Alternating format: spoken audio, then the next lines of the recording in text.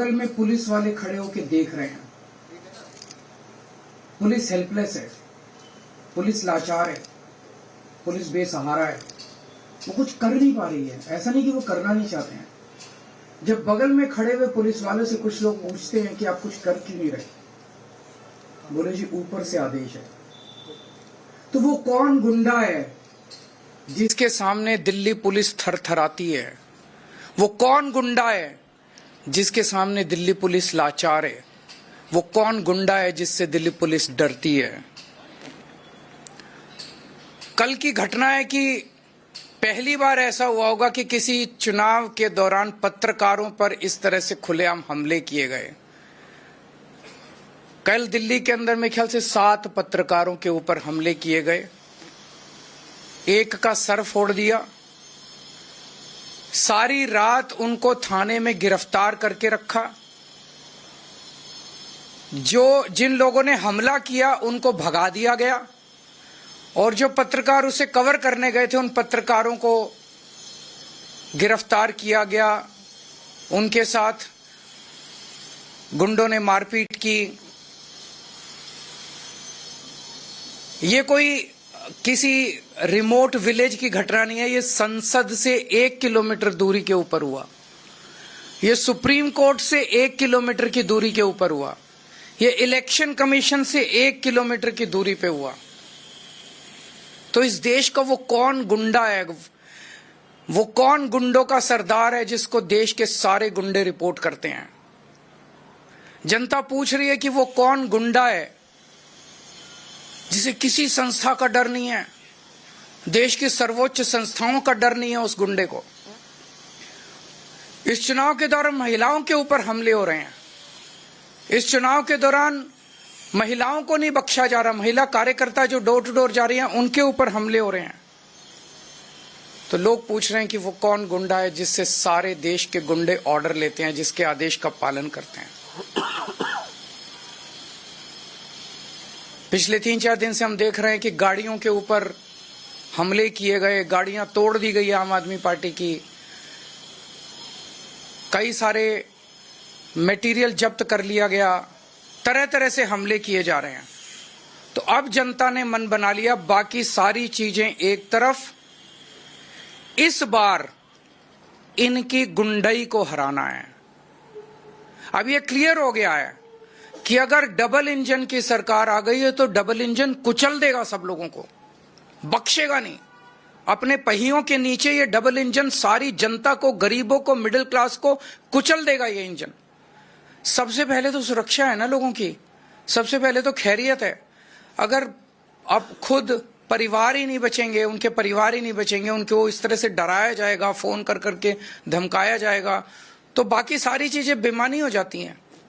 तो लोगों ने मन बना लिया है कि अगर चुनाव के पहले इन लोगों का ये हाल है, जब इन्हें हमसे वोट चाहिए, चुनाव के बाद तो ये हम लोगों को कुचल देंगे। तो इस बार लोगों के पास 2 ऑप्शन है।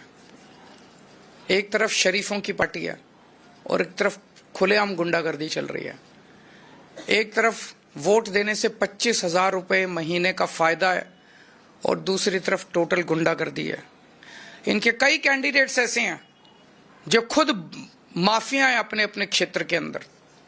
अगर उनको वोट दे दिया तो एक तो देश का सबसे बड़ा गुंडा और उसके नीचे कई गुंडे, तो गुंडों का सरदार और सारे गुंडे मिलके दिल्ली वालों का क्या हाल करेंगे, ये सोचने वाली बात है। तो ये गुंडागर्दी दिल्ली बर्दाश्त नहीं करेगी, देश बर्दाश्त नहीं करने वाला। लोग शरीफ हैं, लोग शांति से जीना चाहते हैं। दूसरी बात जो सबके सामने आ रही है, हमारे देश के स्वतंत्रता सेनानियों ने बड़ी बड़ी कुर्बानियां देके देश को आजाद कराया। कई लोग फांसी चढ़ गए। वो इसलिए फांसी चढ़े थे कि देश में जनतंत्र होगा, देश में चुनाव कराए जाएंगे, चुनाव में जनता वोट डालेगी और वोट डाल के अपनी सरकार चुनेगी। लोगों ने इसलिए कुर्बानियां दी थी कि चुनाव निष्पक्ष होंगे, स्वतंत्र होंगे। प्रश्नकाल सबसे महत्वपूर्ण समय होता है, मान्य सदस्यों का समय होता है और बहुत प्रयास करने के बाद माननीय सदस्यों का प्रश्न आता है, सरकार की जवाबदेही भी तय होती है।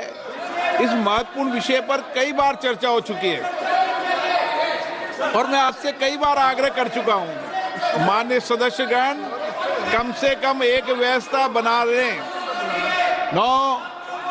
एक व्यवस्था बना लें कि प्रश्नकाल के अंदर कभी भी विषय को नहीं उठाने दिया जाएगा।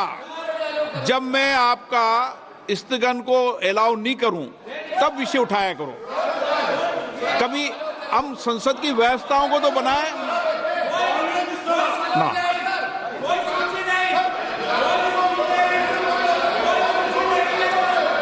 आप सदन नहीं चलाना चाहते, चर्चा नहीं करना चाहते, माननीय सदस्य। So thank you, Speaker sir. Question number 1, which was my supplementary ka. While the National Culture Fund has successfully facilitated the restoration of numerous historic monuments across the country, I would like to bring attention to Gutti Fort, located in my constituency of Anantapur, sir. This majestic fort, the largest in the state, has witnessed the rise and fall of empires from the Chalukyas to the Vijayanagar Empire, the Mughals and the Marathas, sir, and even the British. Strategically located near NS 44, NS 67 and the Gutti railway station junction, sir. It holds immense potential to become a key tourism hub. However, the fort is currently in a state of neglect. A proposal of 60 crore for its restoration has already been submitted under the NCF ethics remaining pending, sir. I would like to ask the Honorable Minister if the government will take up this project at the earliest and expedite its approval to ensure the timely restoration of Gutti Fort, sir. Thank you, sir. माननीय मंत्री जी। माननीय अध्यक्ष महोदय, under the provisions of National Culture Fund, the financial arrangements are being done by the donations what we receive or the money what we receive as a contribution from the companies and PSUs through CSR. So primarily and predominantly, the funding agency, they take a call and give us the priority. We have already enlisted 150 projects on the website of NCF. The said project which Honorable MP wished to ask is also part of that. It has been depicted on the website. Whenever adequate funding will be agreed by any of the PSU or any of the company who is giving CSR and on the priority, will certainly consider this. So thank you, Honorable Minister, sir. However, I would like to bring to your attention that the issue extends beyond Gutti Fort alone, sir. There are 20 other proposals from Andhra Pradesh that are also awaiting approval under the National Culture Fund for the preservation, protection and promotion of the historical monuments, sir. Honorable Speaker ji, it is concerning to note that in the last 5 years, not a single project from Andhra Pradesh has been approved under the NCF. I kindly request the Honorable Minister to provide clarity on the reason behind the delay in closing these proposals, sir, and the steps being taken to ensure their timely approval and restoration, sir. Thank you, sir.